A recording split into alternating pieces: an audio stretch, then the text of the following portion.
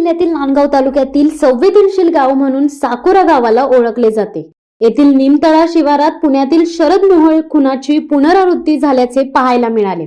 शरदला त्याच्या साथीदारांनी संपवले, तसे येथे मित्रालाच मित्रांनी गोड बोलून तमाशा पाहण्यासाठी नेले आणि वाटेतच संपवले।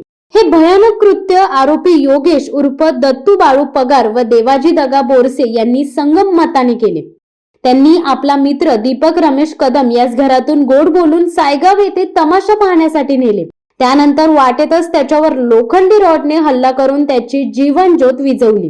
मृत झालेल्या मित्राला बोकडाला जसे गाडीवर टाकून नेतात तसे गाडीवरून नेऊन त्याचा मृतदेह मोलडोंगरी फाटा येथील रोडलगतच्या शेतात फेकून दिला।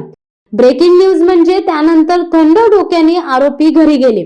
घरी जाऊन रक्ताने माखलेले कपडे बदलले व अपघाताचा बनाव करून पत्नीसोबत अपघात कसा घडला हे पाहण्यासाठी आले।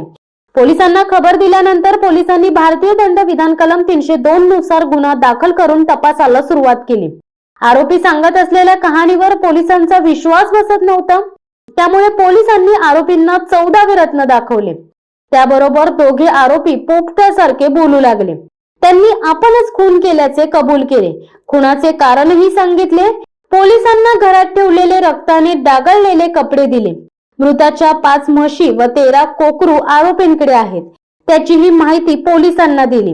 घटनास्थळी अप्पर पोलीस अधीक्षक उपविभागीय पोलीस अधिकारी मनमाड यांनी भेट दिली। नांदगाव पोलीस निरीक्षक प्रीतम चौधरी यांचे सहकारी सहाय्यक पोलीस निरीक्षक नितीन खंडागळे, संतोष बहारकर, मनोज वाघमारे, विनायक जगताप यांनी योग्य दिशेने तपास केला।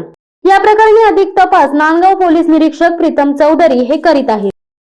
काल दिनांक 8/1/2024 रोजी रात्री 11:30 वाजेच्या सुमारास आम्हाला पोलीस स्टेशनला एक माहिती मिळाली होती की 30 ते 35 वर्ष वयोगटातील अज्ञात इसमाचा मृतदेह मूळडोंगरी शिवारात रस्त्याच्या कडेला मयत स्थितीत पडलेल्या अवस्थेत आहे। अशी माहिती मिळाल्यानंतर आम्ही स्वतः Vinayak Khandagale, PSI बहारकर, PSI Manoj Waghmare, police हवालदार बच्छाव, हंसराज तळवळकर असे आम्ही घटनास्थळी गेलो।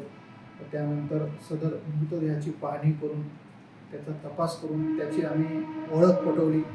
त्या तपासात आम्हाला त्याचं नाव दीपक रमेश कदम राहणार साकोरा असे कळून आल्यानंतर आम्ही त्याबाबत तपास केला असता आम्हाला आमच्या तपासात अशी माहिती मिळाली की पैशाच्या देवाणघेवाणीच्या वादातून साकोरा गावात राहणारे योगेश बाळासाहेब पगार व दीपक दगा बोरसे यांनी त्याचा लोखंडी रॉडने त्याच्या डोक्यात गंभीर दुखापत करून खून केला आहे व सदर खून लपवण्यासाठी त्याचा ॲक्सिडेंटचा बनाव करून सदरची मृतदेह व गाडी ही रोडवर ठेवली होती।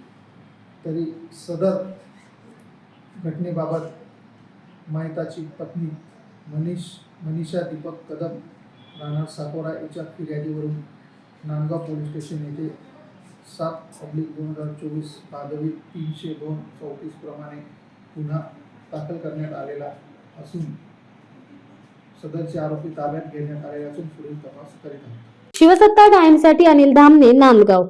दे धडक बेधडक वृत्त देणाऱ्या आपल्या शिवसत्ता टाइम्स न्यूज चॅनलला लाल बटन दाबून सबस्क्राईब करा आणि बेल आयकॉनला क्लिक करायला विसरू नका।